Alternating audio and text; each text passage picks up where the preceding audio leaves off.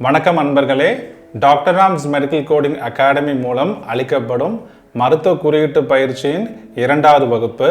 இன்று நாம் காண இருப்பது பாடி சிஸ்டம்ஸ் அல்லது ஆர்கன் சிஸ்டம்ஸ் என்று கூறப்படுகின்ற உடல் உறுப்புகளின் கூட்டமைப்பு பற்றி. முதல்ல ஒரு உயிரினம் என்றால் என்ன என்று நாம் இன்று காண இருக்கின்றோம். ஹியூமன் பாடி, இந்த ஹியூமன் பாடி எதனால் உருவாக்கப்பட்டது அப்படிங்கிறத நாம் விரிவாக இப்போ பார்ப்போம். முதல்ல செல், அதாவது உயிரணு என்று ஒன்று உள்ளது. இந்த ஹியூமன் பாடியில் எத்தனை உயிரணு இருக்குது என்று நீங்கள் பார்த்தீங்க அப்படின்னா 30 ட்ரில்லியன் செல்கள் உள்ளன. அதாவது 30க்கு பிறகு நீங்கள் 12 சுழியங்களை போட வேண்டியதாக இருக்கணும். 30 followed by 12 zeros. இதை நாம் தமிழில் எப்படி கூறுவோம் அப்படின்னா 30 லட்சம் கோடி செல்கள் நமது உடலில் உள்ளன. இந்த செல்கள் அனைத்தும் கூட்டு சேர்ந்து டிஷ்யூஸ் என்கின்ற திசுக்களை உருவாக்கின்றன. இந்த திசுக்களுக்கு ஒவ்வொரு விதமான செயல்பாடுகள் உள்ளன. ஒரு டிஷ்யூ ஒரு வேலையை செய்யும், இன்னொரு டிஷ்யூ மற்ற ஒரு செயல்பாடை செய்யும். ஆக திசுக்கள் சேர்ந்து ஒரு உறுப்பினை உருவாக்கின்றன. இந்த உறுப்புகள் அனைத்தும் சேர்ந்து உடல் அமைப்புகளை உருவாக்கின்றது. இந்த உடல் அமைப்புகளின் கூட்டே இந்த உயிரினம். அப்போது நம்ம இந்த ஆர்கானிசம் என்றால் என்ன, ஒரு உயிரினம் என்றால் என்ன என்பதை எப்படி பார்க்கலாம். செல்கள், பிறகு டிஷ்யூஸ், பிறகு ஆர்கான் சிஸ்டம்ஸ், கடைசியாக ஆர்கானிசம். இதுதான் ஒரு உயிரினம். இந்த வகுப்பில் நாம் காண இருப்பது ஒவ்வொரு ஆர்கான் சிஸ்டம் பற்றி நம்ம விரிவாக பார்க்க போகிறோம். முதலாவது இன்டெகுமெண்டரி சிஸ்டம். இன்டெகுமெண்ட் என்றால் ஒரு கவர். ஆக இந்த இன்டெகுமெண்டரி சிஸ்டமை நம்ம தமிழில் எப்படி அழைப்போம் அப்படின்னா தோல் அமைப்பு. இதில் இருக்கக்கூடிய இந்த எபிடர்மஸ், டர்மஸ், சப்கியூட்டேனியஸ் டிஷ்யூ இவையெல்லாம் என்னென்ன ஸ்ட்ரக்சர்ஸ் அதில் இருக்குது, இவற்றில் என்னென்ன நோய்கள் உருவாகலாம், இவற்றை கண்டறியும் முறை என்னென்ன, பயாப்சி என்றால் என்ன, எக்ஸிஷன் என்றால் என்ன, இவற்றையெல்லாம் நாம் பின்னாடி விரிவாக நம்ம காண்போம். இந்த இன்டெகுமெண்டரி சிஸ்டமில் இந்த ஸ்ட்ரக்சர்ஸ் உங்களுக்கு தெரிஞ்சால் போதும். இப்போ எல்லாருக்கும் ஒரு கேள்வி வரலாம், எதுக்காக நாம் இந்த ஆர்கன் சிஸ்டம்ஸை பற்றி படிக்கிறோம் அப்படின்ட்டு. நீங்கள் ஆஸ் அ கோடராக ஒர்க் பண்ணும்போதுட்டு மெடிக்கல் ரெக்கார்ட்ஸ் உங்களுக்கு வரும் இல்லையா. இந்த மெடிக்கல் ரெக்கார்ட்ஸில் ஒவ்வொரு ஆர்கன் சிஸ்டம் பற்றியும் அவங்க விரிவாக மருத்துவர் குறியிட்டிருப்பார். அப்போ உங்களுக்கு தெரியணும் இந்த வார்த்தை அல்லது இந்த நோயானது எந்த சிஸ்டமில் அடங்கும் அப்படின்ட்டு. இப்போது ஒருவேளை வீசிங் இருக்குன்னு ஒரு பேஷண்ட் சொல்கிறாருன்னு வைங்க. அப்போ அந்த வீசிங் என்பது நீங்கள் எந்த ஆர்கன் சிஸ்டமில் நீங்கள் வகைப்படுத்துவீங்க? ரெஸ்பிரேட்டரி சிஸ்டமில் போடுவீங்களா, இல்லை டைஜஸ்டிவ் சிஸ்டமில் போடுவீங்களா? இதை குறித்த ஒரு ஞானம் நமக்கு வரணுங்கிறதுக்காக தான் நம்ம ஒவ்வொரு சிஸ்டமாக நாம் இப்போது பார்க்க போகிறோம். இந்த வகுப்பில் இந்த சிஸ்டத்துக்கான ஒரு இன்ட்ரடக்ஷன் மட்டுமே உங்களுக்கு கொடுக்கப்படும். நம்ம பின்னாடி வரக்கூடிய வகுப்புகளில் ஒவ்வொரு ஆர்கன் சிஸ்டமை பற்றியும் நம்ம விளக்கமாக நம்ம காணப்போகின்றோம். அடுத்தது மஸ்குலோஸ்கெலட்டல் சிஸ்டம், அதாவது தசை கூட்டு அமைப்பு. மஸ்குலோ என்றால் தசை, ஸ்கெலட்டல் அல்லது ஸ்கெலட்டன் என்றால் எலும்புக்கூடு. அப்போ நம்ம உடலில் இருக்கக்கூடிய இந்த தசைகள் எத்தனை, எங்கெங்கே என்னென்ன தசைகள், கிட்டத்தட்ட 700 தசைகள் உள்ளன, 206 எலும்புகள் உள்ளன. இந்த ஜாயின்ட்ஸ், இந்த போன்ஸ், இந்த லிகமெண்ட்ஸ் இவற்றை பற்றி நாம் பார்க்கக்கூடியது மஸ்குலோஸ்கெலட்டல் சிஸ்டம். மூன்றாவது நர்வஸ் சிஸ்டம் என்கின்ற நரம்பு மண்டலம். இந்த நரம்பு மண்டலத்தில் மூளை எவ்வாறு செயல்படுகிறது, அதாவது முன்மூளை பின்மூளைலாம் நம்ம பார்ப்போம் இல்லையா. Spinal cord, brain, peripheral nerves. So இதை நம்ம எப்படி கிளாஸிஃபை பண்ணுவோம்னா autonomic nervous system, peripheral nervous system, central nervous system, இப்படி பல வகையான ஒரு கிளாஸிஃபிகேஷன் பண்ணுவோம். இவற்றில் ஏற்படக்கூடிய கோளாறுகள் என்னென்ன, அந்த பேஷண்ட்டு எவ்வாறு இவை அனைத்தையும் தெரிவிப்பாருங்கிறத நம்ம பார்ப்போம். இந்த நரம்பு மண்டலத்துக்கு பிறகு நம்ம பார்க்கக்கூடியது சைக்கியாட்ரி சிஸ்டம். பொதுவாக மருத்துவர்கள் நர்வஸ் சிஸ்டமே எக்ஸாமின் பண்ணுவாங்க, சைக்கியாட்ரிக் எக்ஸாமும் இவங்க செய்வார்கள். ஒருவேளை இவர் மனநல மருத்துவராக இருந்தாங்கன்னா, அந்த மனநோயாளிகளாக இருந்தாங்க அப்படின்னு பார்த்தீங்கன்னா மென்டல் ஸ்டேட்டஸ் எக்ஸாம் என்கின்ற ஒரு பரிசோதனையும் இவர்கள் செய்வார்கள். ஆக நர்வஸ் சிஸ்டம்க்கு அடுத்தபடியாக நம்ம பார்க்கக்கூடியது இந்த சைக்கியாட்ரி சிஸ்டமில். இது எப்படின்னு பார்த்தீங்கன்னா மனநலம் சார்ந்த அமைப்பு.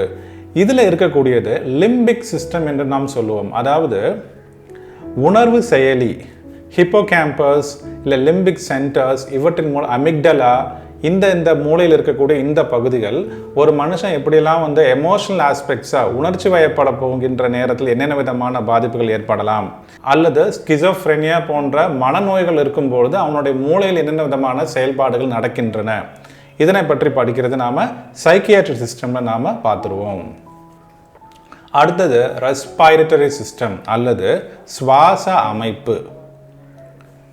இப்போ நம்ம பார்த்துட்ருக்கோம் இந்த கொரோனா தொற்றுனால ஏற்படக்கூடிய சுவாச கோளாறுகள் என்னென்ன, லங்ஸ் எப்படி எஃபெக்ட் ஆகுது, லங்ஸுக்கு அடுத்து பிராங்கஸ்க்கு அடுத்து ட்ரெக்கியா, அடுத்தது மூக்கு நோஸ், எவ்வாறு இந்த நோய்கள் வந்துட்டு பரவுது, இந்த ரெஸ்பிரேட்டரி ட்ராக்ல என்ன மாதிரி சேஞ்சஸ் ஏற்படலாம், இவற்றை எப்படி பரிசோதிப்பது. சொல்லுவாங்க இல்லையா பல்மனரி ஃபங்க்ஷன் டெஸ்ட் அப்படிம்பாங்க. அதாவது இந்த ரெஸ்பிரேட்டரி சிஸ்டம் எவ்வாறு செயல்படுகிறது என்பதை பரிசோதிக்க PFT என்று காமனாக நம்ம வந்து கேள்விப்பட்டிருப்போம். PFT ஆர்டர் பண்ணியிருக்காங்க டாக்டர் அப்படிங்கிறத. ஸோ அடுத்து வரக்கூடியது ரெஸ்பிரேட்டரி சிஸ்டம். இதற்கு பிறகு வரக்கூடியது கார்டியோவாஸ்குலர் சிஸ்டம் அல்லது சர்க்குலேட்டரி சிஸ்டம். அதாவது கார்டியோ என்றால் இருதயம், வாஸ்குலார் என்பது குழாய். அப்போ என்ன குழாய் அப்படின்னு பார்த்தீங்கன்னா இரத்த குழாய். இப்போ அந்த இருதயம் மூலமாகவும் இந்த இரத்த குழாய் மூலமாக என்ன நடக்குது, நம்ம உடல்ல சர்க்குலேஷன் நடக்குது. ஸோ இதற்கு பெயர் சர்க்குலேட்டரி சிஸ்டம் அல்லது சுற்றோட்ட தொகுதி. இப்போ ஹார்ட்டு சரியாக ஃபங்க்ஷன் ஆகலை, பம்ப் ஆகலை, அப்போ என்னவாகும், ரத்தம் வந்துட்டு சரியாக எல்லா உறுப்புகளுக்கும் போய் அடையாது. ஒருவேளை ரத்தம் போனால் கூட எப்படி ரத்தம் போகும் இருதயத்திலிருந்து பார்த்தீங்கன்னா ஆர்டரி மூலமாக. ஆர்டரி என்பது தமனி. அப்போது அந்த திசுக்கள்ல இருந்துட்டு அந்த சென்ற அந்த ரத்தமானது எவ்வாறு பிறகு இருதயத்துக்கு வரப்போகுது அப்படின்னு பார்த்தீங்கன்னா வெயின்ஸ் மூலமாக. அப்போது வெயின்ஸ் என்பது சிரை. அப்போ ஆர்டரி வெயின்ஸ் இவை இணைந்து ரெண்டும் இணையக்கூடிய இந்த இடத்துக்கு பேர் கேபிலரிஸ். அப்போ இந்த வாஸ்குலர் சிஸ்டமில் நாம் என்ன காணுவோம் அப்படின்னா ஆர்டரிஸ் பற்றியும் வெயின்ஸ் பற்றியும் கேபிலரிஸ் பற்றிய கோளாறுகள் இவை அனைத்தையும் நாம் இதில் காண்போம். பிறகு கேஸ்ட்ரோ இன்டெஸ்டினல் சிஸ்டம். இதற்கு பெயர் செரிமான அமைப்பு. இந்த கேஸ்ட்ரோ இன்டெஸ்டினல் சிஸ்டம்க்கு என்னென்ன பெயர் இருக்குன்னு பார்த்தீங்கன்னா எலிமெண்டரி சிஸ்டம் ஆர் த டைஜஸ்டிவ் சிஸ்டம். அதாவது செரிமானத்திற்கு என்னென்ன உறுப்புகள் இருக்கின்றன, எவ்வாறெல்லாம் செரிமானம் ஏற்படுகிறது, நார்மல் ஃபிசியோலாஜி என்ன, ஒருவேளை அடிக்குவேட் செக்ரீஷன்ஸ் இல்லைன்னா என்னென்ன ஆகும், அந்த பெப்டிக் அல்சர்ஸ், கேஸ்ட்ரிக் அல்சர்ஸ், இல்லை குடல் புண், இல்லை பாலிப்ஸ், இல்லை டியூமர், இதெல்லாம் எப்படி உருவாகிறது, இவற்றை கண்டறியும் முறைகள் என்னென்ன அப்படிங்கிறத நம்ம பார்க்குறது இந்த கேஸ்ட்ரோ இன்டெஸ்டினல் சிஸ்டமில் நம்ம விரிவாக இதை நம்ம காண்போம். இதற்கு பிறகு ஆடிட்டரி சிஸ்டம், அதாவது செவிப்புல அமைப்பு. பொதுவாக நம்ம காதுகள்னு சொல்லும்போது நம்ம 3 வகையாக பிரிக்கலாம், external ear, middle year and internal year. அப்போது சப்தங்கள் ஏற்படுகின்றன. இந்த சப்தங்கள் எவ்வாறு மூளைக்கு தெரிவிக்கப்படுகின்றன, நமக்கு எப்படி தெரியுது இது வந்து ஒரு குழந்தை அழுகிற சத்தம், இது வந்து ஒரு வண்டி போகிற சத்தம்னா நாம் எப்படி நம்ம கிளாஸிஃபை பண்ணுவோம், நம்ம எப்படி புரிஞ்சுக்கிடுவோம், அதை பற்றின படிப்பு எல்லாமே நாம் இந்த ஆடிட்டரி சிஸ்டமில் நாம் காண போகின்றோம். என்னென்ன விதமான டெஃப்னஸ் இருக்குது, நியூரல் டெஃப்னஸ் என்று சொல்வோம் அல்லது கண்டக்டிவ் டெஃப்னஸ் என்று கூறுவோம். இவையெல்லாம் என்ன என்பதை பற்றி நாம் தெரிஞ்சுக்கிடுவோம். காதுக்குள்ளே இருக்கக்கூடிய எலும்புகள் என்னென்ன, இவற்றை பற்றி நாம் இந்த ஆடிட்டரி சிஸ்டமில் நாம் தெரிஞ்சுக்கிட போகிறோம். பிறகு ஆக்யுலார் சிஸ்டம், கண் சார்ந்த அமைப்பு. கண்ணில் இருக்கக்கூடிய அந்த லென்ஸ்னா என்ன, கார்னியானா என்ன, கருவளையம்னா என்ன, கேட்ராக்ட் என்றால் என்ன, எப்படி ஒரு ஆப்ஜெக்டை நாம் வந்து பார்க்குறோம். ஒருவேளை சில பேருக்கு நிறங்கள் வந்து தெரியாது, கலர் பிளைண்ட்னஸ் அப்படின்னா என்ன. இப்போ டயபெட்டிஸ்னால ஏற்படக்கூடிய நோய்கள் என்ன, டயபெட்டிக் ரெட்டினோபதி என்று நாம் சொல்லுவோம். அவற்றை எப்படி கண்டறியும் முறை என்ன, இதற்கான சிகிச்சை முறை என்ன, லென்ஸ் வைக்க போகிறோம், இதனை பற்றி படிக்கிறது எல்லாமே நாம் இந்த ஆக்யுலார் சிஸ்டம்ல நாம் விரிவாக நாம் காண்போம். பிறகு யூரினரி சிஸ்டம், அதாவது சிறுநீர் அமைப்பு.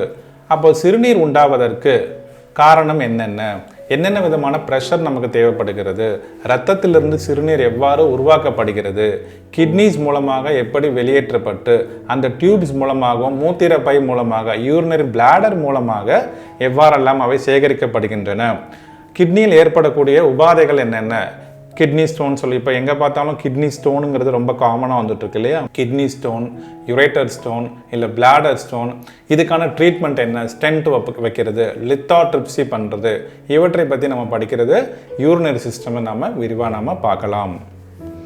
அடுத்தது ஜெனைட்டல் சிஸ்டம், அதாவது இனப்பெருக்க மண்டலம். இங்கே நம்ம பார்க்கக்கூடியது ஆணுக்கும் பெண்ணுக்குமான உறுப்புகள் என்னென்ன, அதாவது இதுக்கு நம்ம பொதுவாக ஒருவரை கண்டாலே ஆணா பெண்ணா என்று நாம் எப்படி தீர்மானிப்போம் அப்படின்னு பார்த்தீங்கன்னா, எக்ஸ்டர்னல் கேரக்டர்ஸ் என்று சொல்லக்கூடிய எக்ஸ்டர்னல் ஜெனிட்டாலியா, அதே போன்று அவருடைய உள் உறுப்புகளிலும் சில உறுப்புகள் இருக்கு இல்லையா?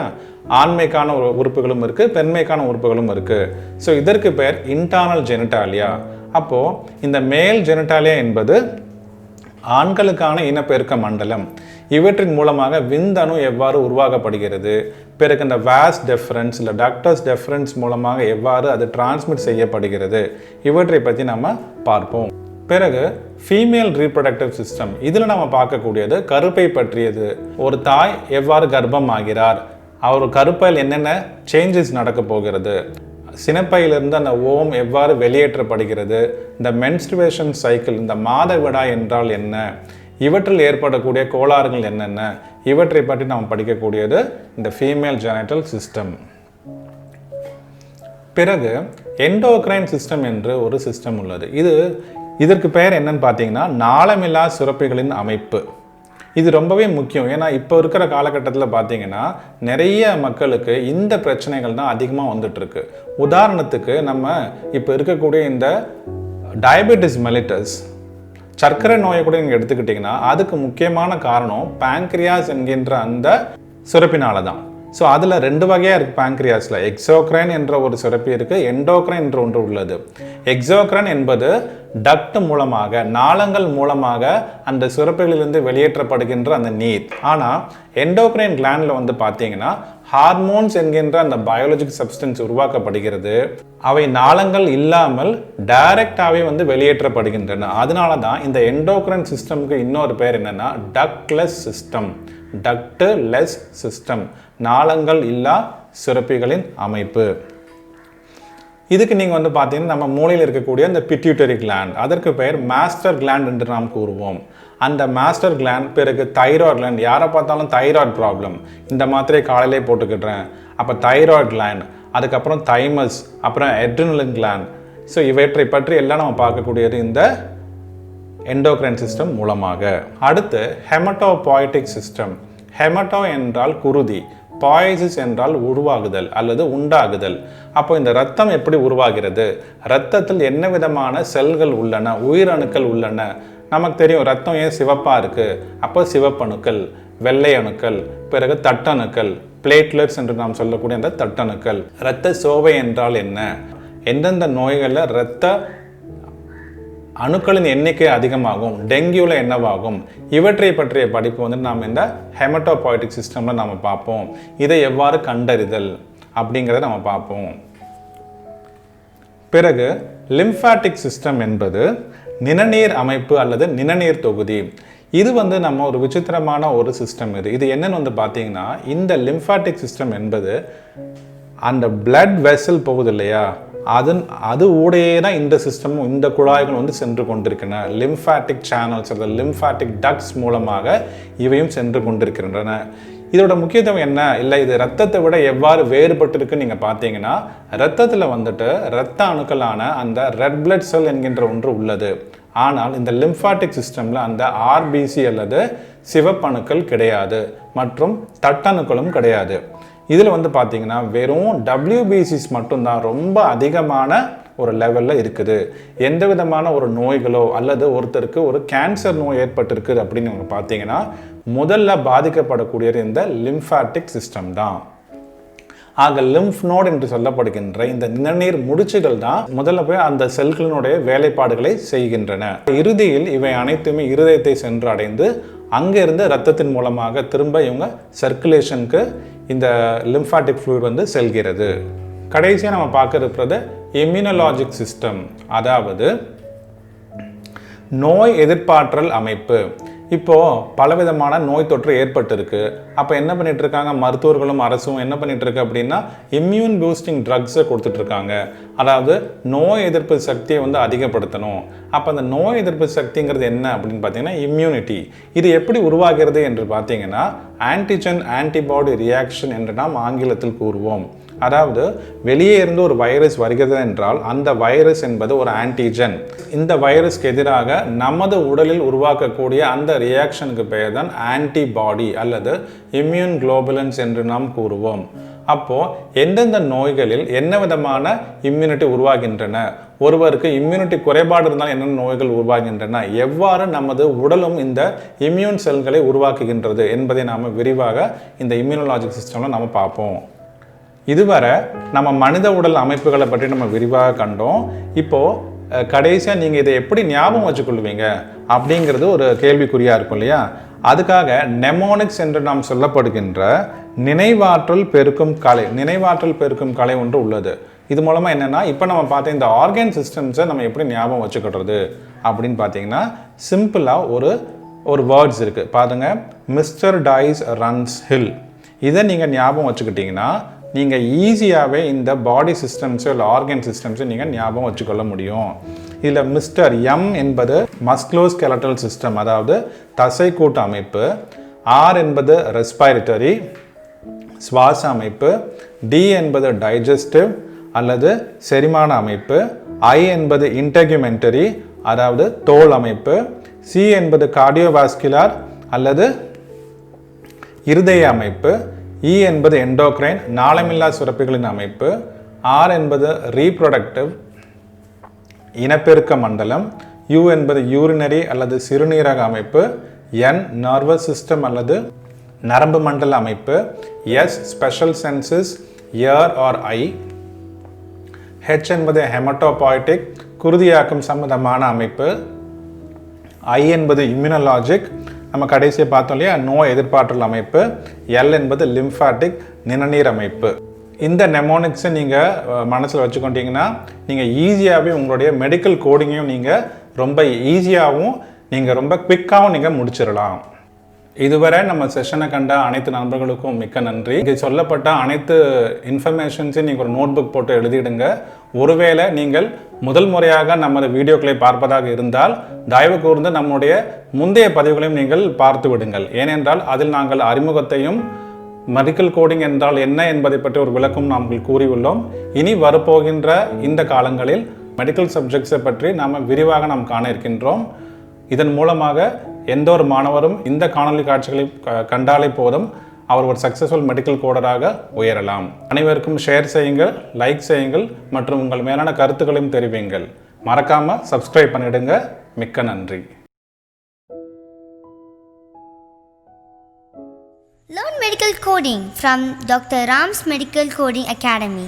You can contact us at 805 60 855 969962 791072. Thanks for watching.